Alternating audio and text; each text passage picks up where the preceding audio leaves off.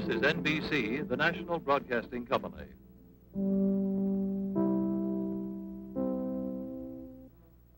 That sound is heard more often by more people than any other sound in America.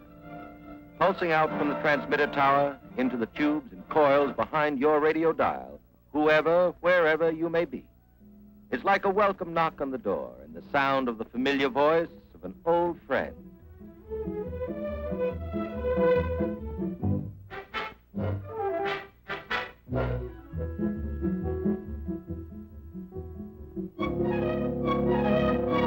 The welcome voice of NBC speaks many languages, music, the crosstalk of forum and discussion. It speaks the clipped and colorful lingo of sport, the many hundred tongues and tones of drama. It speaks the language of laughter, the rippling idiom of comedy. And it tells the world of how the world spins with the voice of truth. These are voices of NBC today, versatile and modulated. But do you remember more than 20 years ago when radio was learning to talk? Secretary of State Charles Evans Hughes defended the Harding administration course on the League of Nations today when asked whether it wasn't time for the Republican Party to give the people an unequivocal statement in regard to its position on the world court.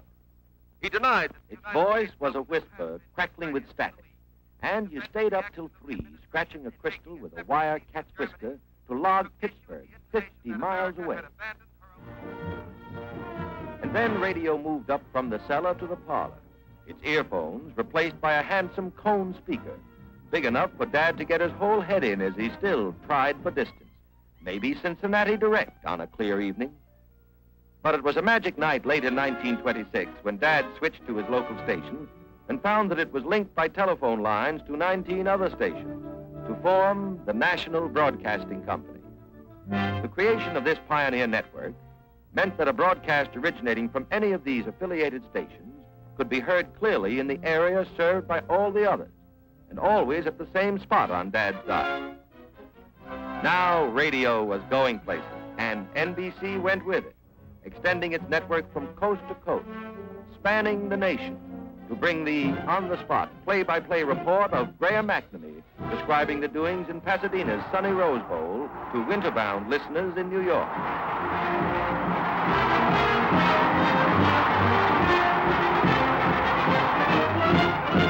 But millions of widely separated people were still to be turned into next-door neighbors.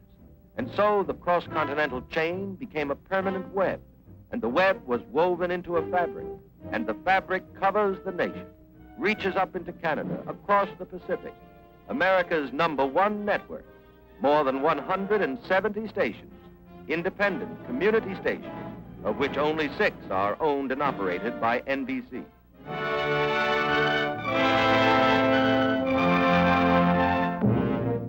But to affiliates and key stations alike, the industry's focal point is in Radio City, the city within a city. Here at New York's Rockefeller Center is home site and hearth side for the NBC family. And here the welcome mat is laid out for over 500,000 visitors a year, friends from all over the world who've dropped in to see what goes on behind their radio dial.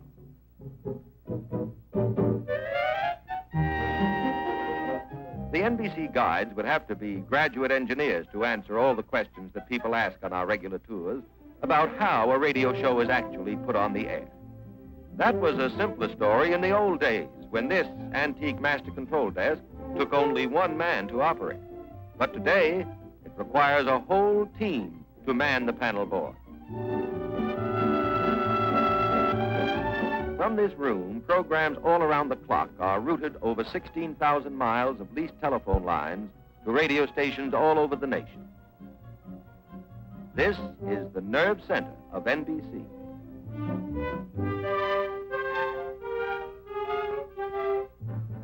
You know, what you hear on the air represents only a fraction of the effort that goes into network radio. The microphone doesn't pick up, for example, the sound of the teletypes in the communications department, which connect our key cities and handle the 3,000 messages a day which are necessary to bring your shows in on cue. You can't tune in on the traffic department either, but without it, no telling what you'd get.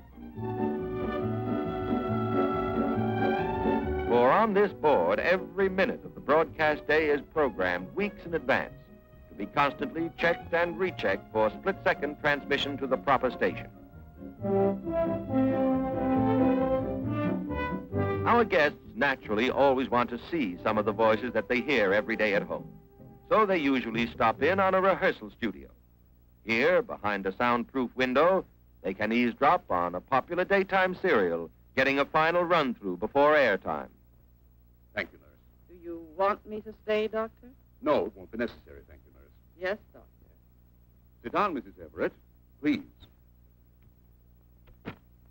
Well, Doctor, maybe you found out what's wrong with my husband. Maybe you can tell me about him. All those other doctors... Gertrude, that's Yeah. swell. I liked your entry line. It was flat and it's good characterization. Now, I want to get two emotions in this last speech of yours. I want to feel on that line where you sit down that you're more nervous about entering a doctor's office. I think most people generally are. And also on the other line in that little sentence there, make sure that I have the feeling that you are concerned about your husband's health. It's very serious. Oh, I Is see. that clear? Yes, I see. Just those two emotions All right. in that sentence. All right, let's run that scene again from page 18. With the doctor's line, sit down, Mrs. Everett, please. On to now. All right. Sit down, Mrs. Everett. I guess people are more current events conscious these days because they always want to see the NBC newsroom and maybe catch a glimpse of the dean of commentators, Mr. Kaltenborn. And that's the news picture as it looks in post-war Europe tonight. Confused enough to be sure, but certainly not altogether hopeless. Good night.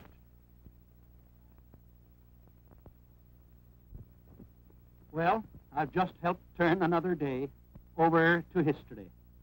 But history has no clocks and has no calendars. And that's why NBC has provided a room where history can be recorded eternally. That's the newsroom. Let's visit it for a bit, shall we? All night and all day, every day in the year, these machines bring the world's news to NBC for processing. A bell signal will indicate that a really hot news story is on the wire.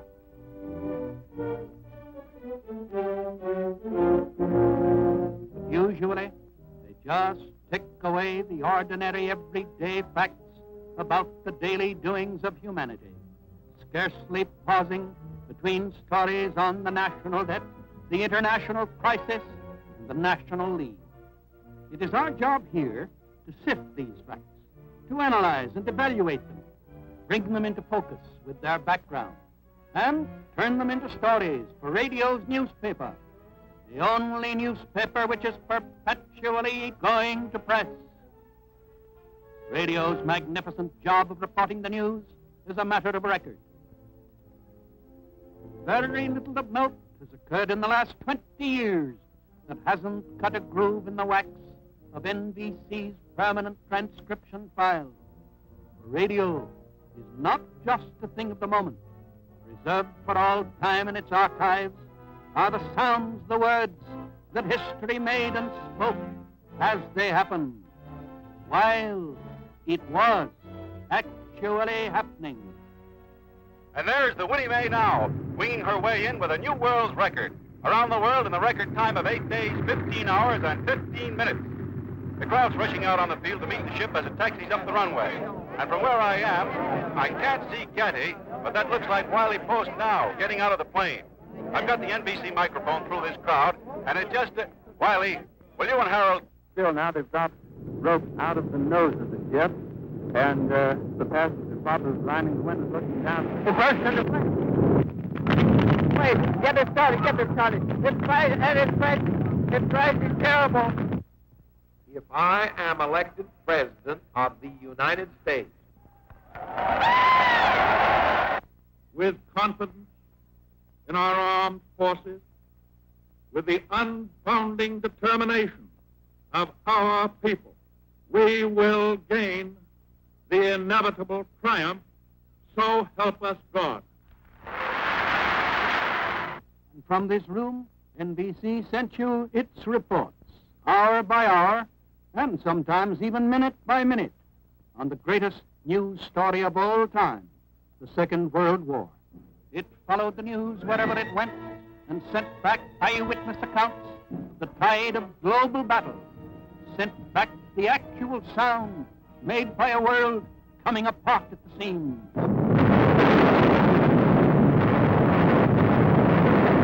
And so today, NBC News and Special Events, mindful of its obligation to keep America informed, has enlarged its facilities so that everyone in sound of a radio has his ear to the ground.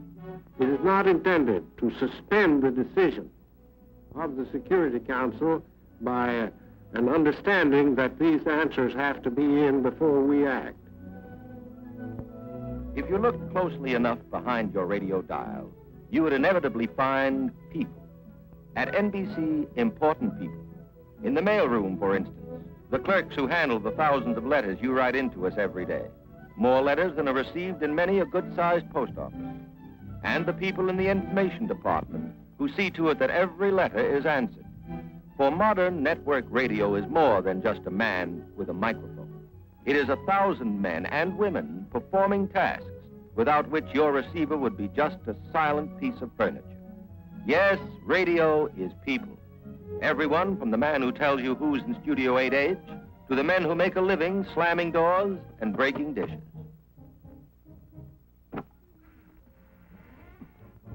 Radio is also the anonymous standby pianist who on a moment's notice must fill an emergency silence with music. And it's the director, the producer, and the composer, too. People whose voices are never heard on the air, but who have made NBC's music department the finest in the radio industry.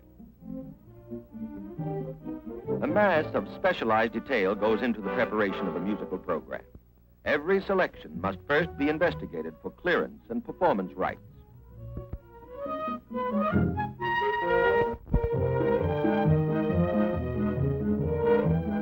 When the numbers have been cleared for broadcast, some are turned over to the composing staff and special arrangements are prepared.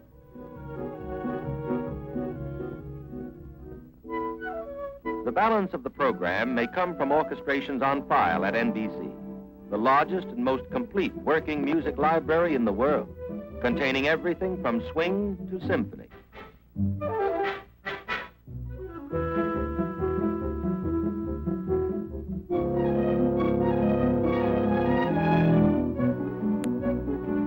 Rehearsal for the Fred Waring Show, and the talent of the singer is deftly woven into the pattern of the program. It takes many hours of patient practice to tailor the artistic and technical quality of every note transmitted to your loudspeaker.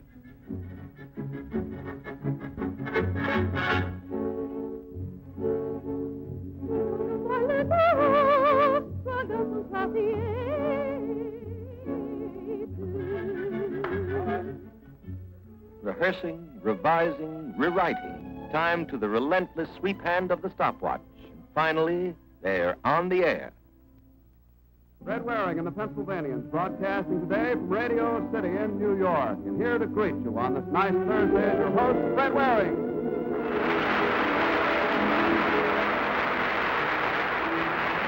Hello, everybody, and thanks for coming.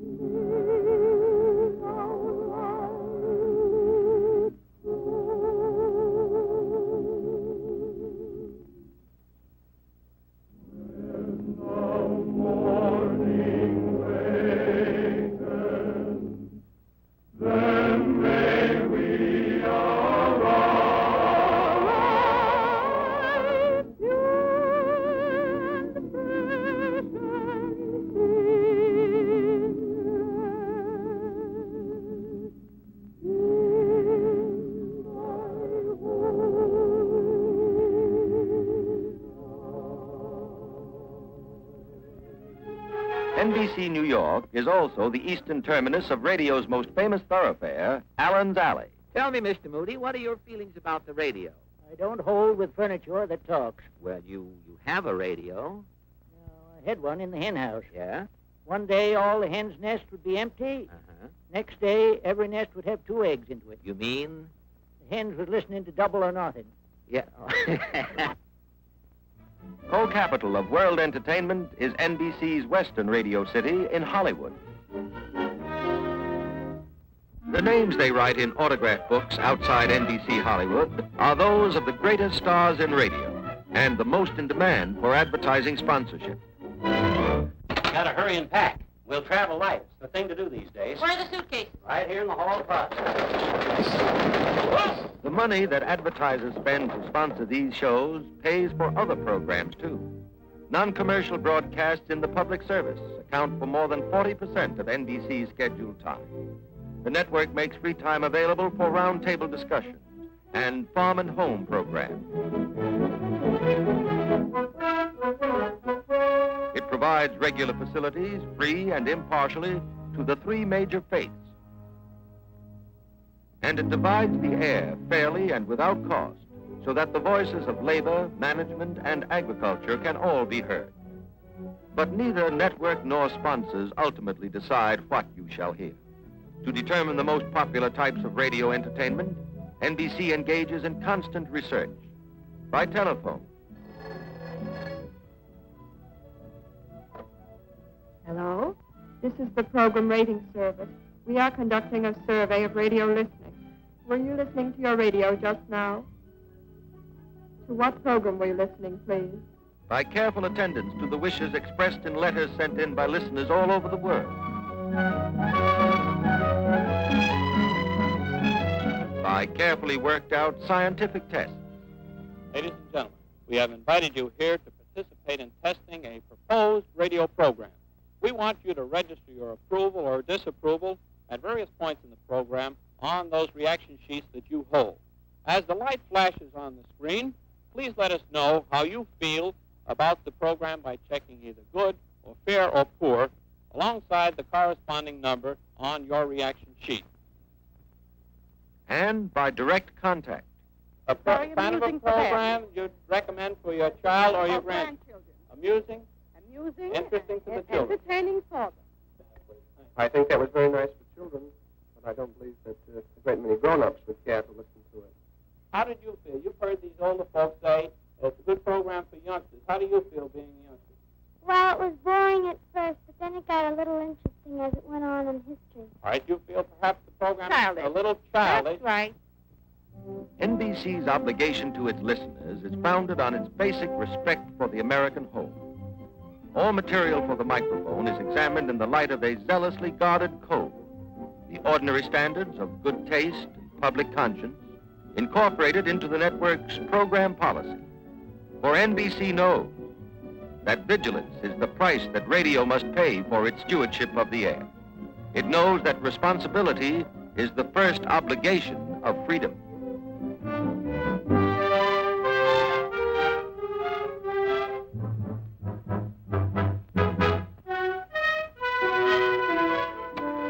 The freedom of every American to turn the switch on his radio and listen without a license to what he pleases when he pleases, and to pay no tribute for what he hears, was guaranteed by the Constitution more than 100 years before the first practical sputter was ever coaxed out of the electromagnetic wave.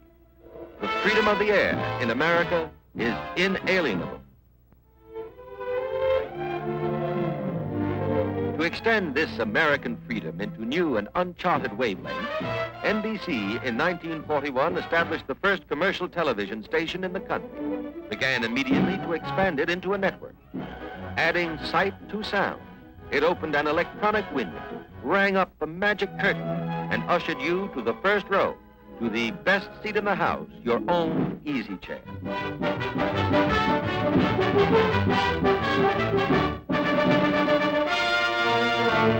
The more than 2 decades of NBC radio have been dedicated to the spirit of public service.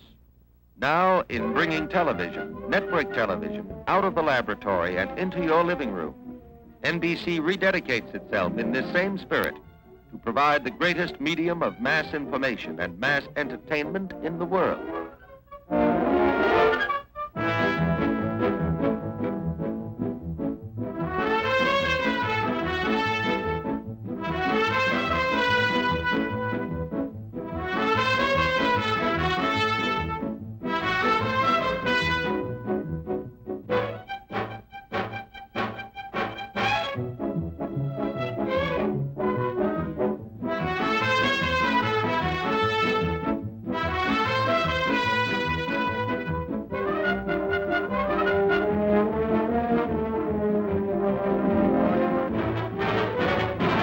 From the primitive rock crystal of yesterday's radio is the crystal ball of television, in which is visible a whole new era of communication. In one generation, voice and vision have transcended space. Science, engineering, and organization have harnessed the ratio between light and sound, so that radio or television, if you look behind your dial that is set at NBC, you will find that you are tuned in on today and focus on tomorrow.